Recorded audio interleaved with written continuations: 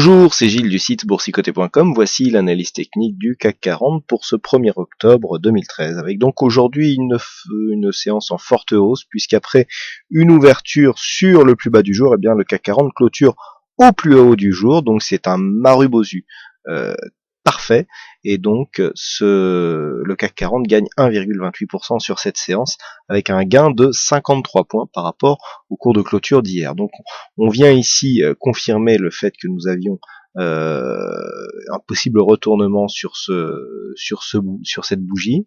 Je vous avais indiqué ici le contact sur cette zone de support. On n'est pas réellement venu ici sur le retracement des 38,2. Je vous avais indiqué que suite à ce contact sur la bolle sup, le fait d'avoir ici un contact sur la moyenne mobile 20 exponentielle pouvait effectivement provoquer un rebond qui serait toutefois vu et interprété dans l'optique d'un rebond, donc d'une possible prise de position, avec donc contact ici bolle sup, retour moyenne mobile 20 exponentielle, et donc le fait d'avoir une cassure de cette résistance que l'on va repositionner tout à l'heure sera qui, si c'est confirmé ici sur cette zone des 4227 en dépassement haussier, eh bien nous donnera ici ce point d'entrée comme un signal de continuité de la tendance haussière. Du point de vue des indicateurs, on irait plutôt dans ce sens, puisque même si le RSI ne nous donne pas beaucoup d'indications ici au niveau du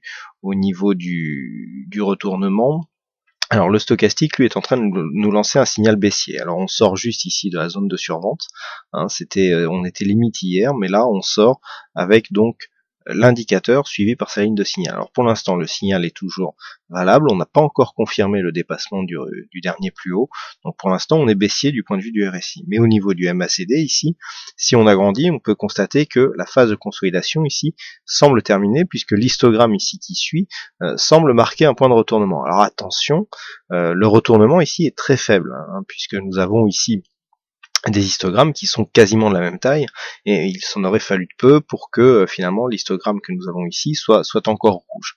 Malgré tout, c'était aussi le cas sur cette zone, et cela n'a pas empêché donc le MACD de détecter un très bon point de retournement, puisque nous avions eu ici la fin de la phase haussière, donc détecter le retournement avec ici cette phase de consolidation baissière, et donc avec une fin donc qui serait donnée sur cette bougie. Bon, cela reste à confirmer. Du point de vue des volumes, par contre, on n'aurait pas trop tendance à confirmer le mouvement, puisque les volumes s'inscrivent dans un niveau inférieur à ce qu'ils étaient sur la dernière séance, donc ça c'est plutôt un mauvais signe par contre pour une continuité haussière.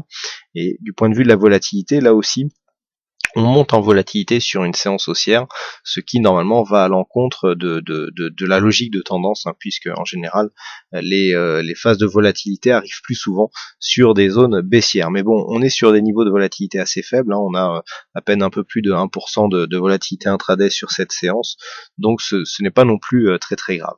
Alors, comment tirer parti de tous ces éléments? Nous avons vu que le MACD nous donne un point de retournement, mais que le stochastique, lui, nous donne une phase de consolidation. Alors déjà, première chose, nous allons reconfirmer ici cette zone de résistance. Je l'ai laissé telle quelle. Voilà, pour montrer un petit peu comment on peut faire évoluer une analyse technique. Donc effectivement, là, nous pouvons voir que nous avons une zone de point haut significative sur cette phase, donc on réajuste la résistance. Alors, la résistance ici donc nous donne un niveau de consolidation, on vient marquer ici un point bas, et puis on remonte, et donc là sur cette phase, on casse cette phase de résistance. Alors attention, nous n'avions que 2 points significatifs, précédemment, donc cette résistance était orientée d'une manière beaucoup plus abrupte. Là on l'a redressé pour coller un petit peu à la tendance. Malgré tout, nous voyons que nous avons une cassure haussière sur cette zone. Par contre, cette cassure haussière n'est pas encore confirmée par la cassure d'un point haut qui a marqué un dernier contact avec cette zone de résistance. Donc cette configuration technique ici devra être confirmée demain si possible, donc par une continuité de tendance qui nous permettra dans un premier temps de casser donc cette zone des 4196 qui ont servi de résistance donc sur cette fin de séance, et qui à terme devrait provoquer une cassure de cette zone des 4227.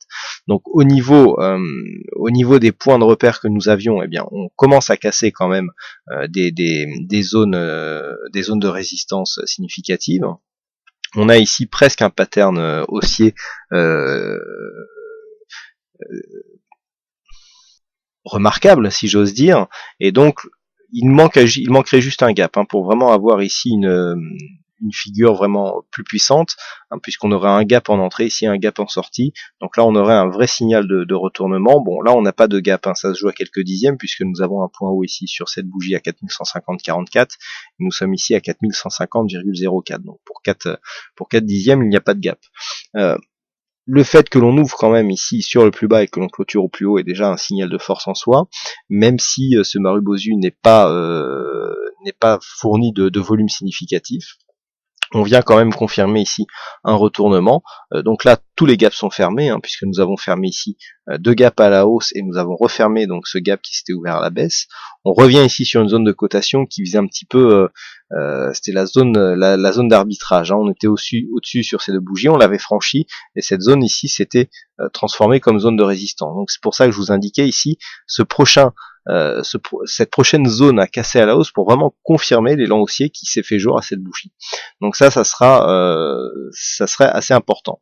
Une rechute des cours donc au niveau de cette bougie ne serait pas grave tant que l'on reste ici au-dessus de cette zone de résistance. Donc demain, ça nous donnera un niveau approximatif à 4182.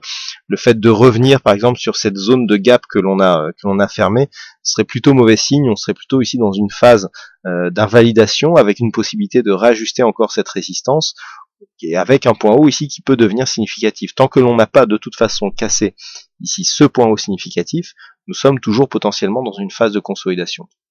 Donc les points à surveiller pour demain, la zone ici est 4180, 4196 comme point bas, confirmé comme point bas serait très bon signe pour une continuité haussière, pour la raison que je viens de vous expliquer, avec ici cette zone qui était précédemment support et qui après la cassure ici s'est transformée en résistance.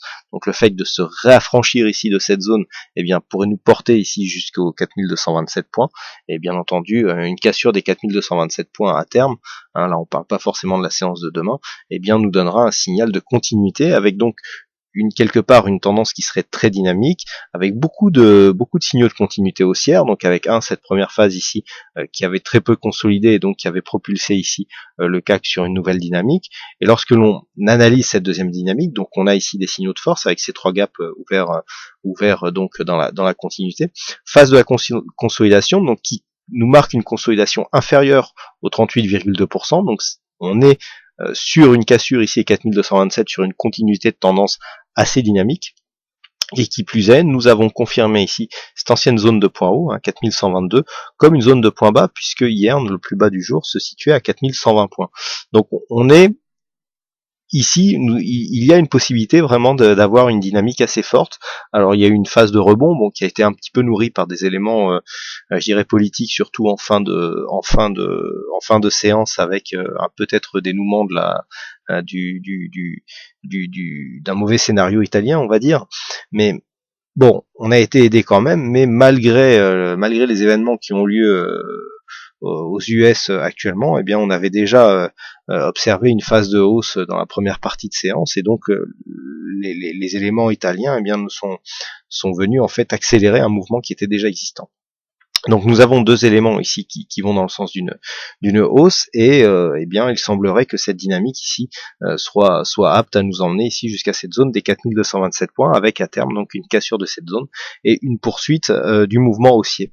Alors au cas où le mouvement est bien arrivé sur la récente zone de point haut, vu que nous consolidons sur une zone inférieure ici au 38,2, eh bien on peut pour essayer de trouver des nouveaux plus hauts, donc tracer donc les retracements de Fibonacci entre 4227 et 4120, et lorsque l'on essaye de bouger le graphique ici pour nous donner des prochaines zones d'objectif, nous obtenons une extension de Fibonacci à 4293 points. Donc sur une cassure ici des 4227, nous aurions cette zone ici des 4293 qui deviendrait le prochain objectif aussi. Voilà donc ce que l'on peut dire sur cette analyse technique du CAC 40. Alors aujourd'hui, il y avait un joli fixing et c'est Titou qui gagne sur cette session. Bravo à toi, et puis quant à moi, il ne me reste plus qu'à vous souhaiter à toutes et à tous une bonne soirée, bonne chance dans vos prochains trades, et on se donne rendez-vous dès demain pour d'autres analyses techniques en vidéo. Bonsoir à tous.